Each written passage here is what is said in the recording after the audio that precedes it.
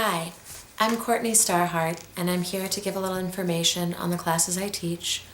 They all have something in common, and I end up giving the same speech over and over again. And someone finally asked me, is there a place online I can go and look at this? So I said, okay. I guess I better try to record some kind of satisfactory explanation for why I do what I do.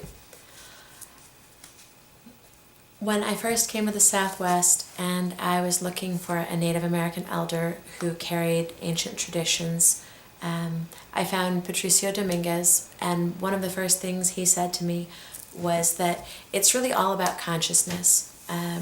Shamanism, spiritual practice, and a lot of these native traditions that he carried, as well as Hindu traditions through yoga, are all about consciousness.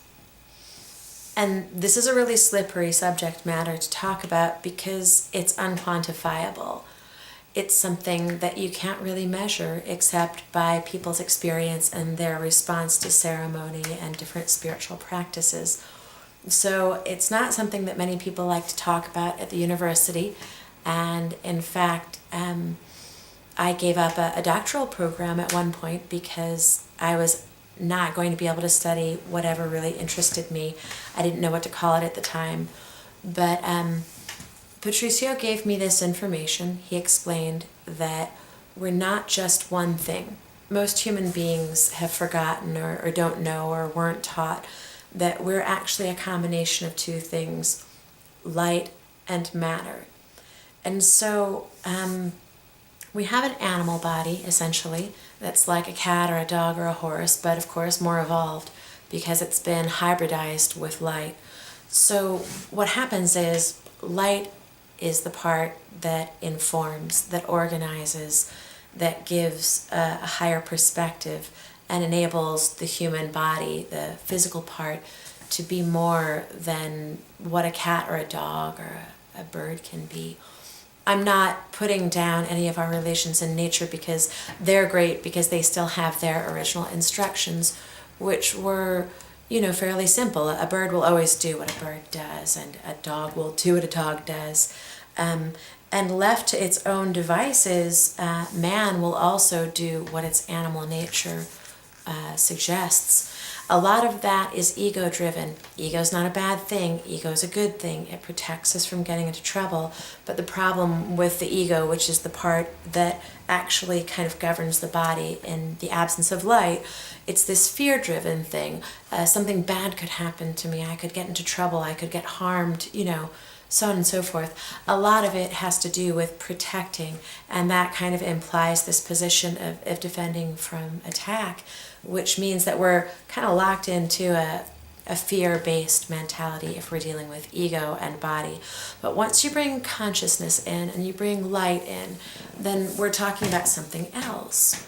I think that our original instructions as human beings actually have to do with us being able to inform ourselves with the light and have consciousness.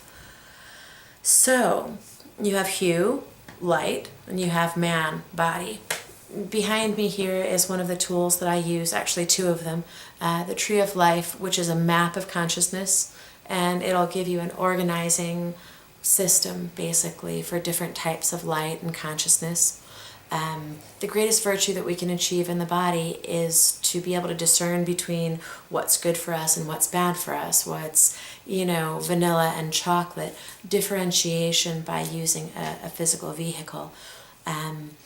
That is one of the virtues on this Tree of Life. Everything on here is a delineation between male, female, between reason and arts, between one thing and another, day and night, yin and yang, whatever.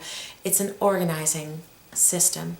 The drum here is what we use to shift people's awareness so that they can become more aware of the fact that we do have mind and body, that we have two things. And so when you take a drum journey, and there are several other practices we can use, but I use the drums. So when you take a drum journey, you separate a little bit between your body and your spirit. And the mind is the connector. And consciousness is characterized by an organized mind, or a mind that's self-aware. So you have up here at the top of that tree, you have spirit, great mystery, the beginning of everything, or the consciousness that links us together. Pure light, maybe pure consciousness. Maybe light comes down in the middle of the tree here somewhere. But what we're doing is we're making people aware that there is a difference between this thing called spirit and this thing called consciousness and their body. And that in fact, when your body is properly trained and ordered and organized, you will notice the ability to order your manifestation, your existence, because you're aware of what's going on. You're aware of your thoughts, you're aware of your fears, you're aware of your triggers. We're all human, and we won't always be able to control what comes out of our mouths or what we think or feel. But the awareness of that is actually, I think, the beginning and a very important part.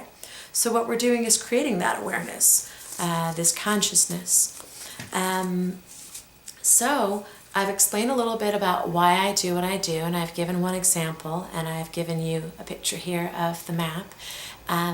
I'll get back to you with more and other things, but I hope this is a good beginning and that it helps everyone to understand why I do what I do with Urban Shaman. This is Courtni StarHeart. Bye for now.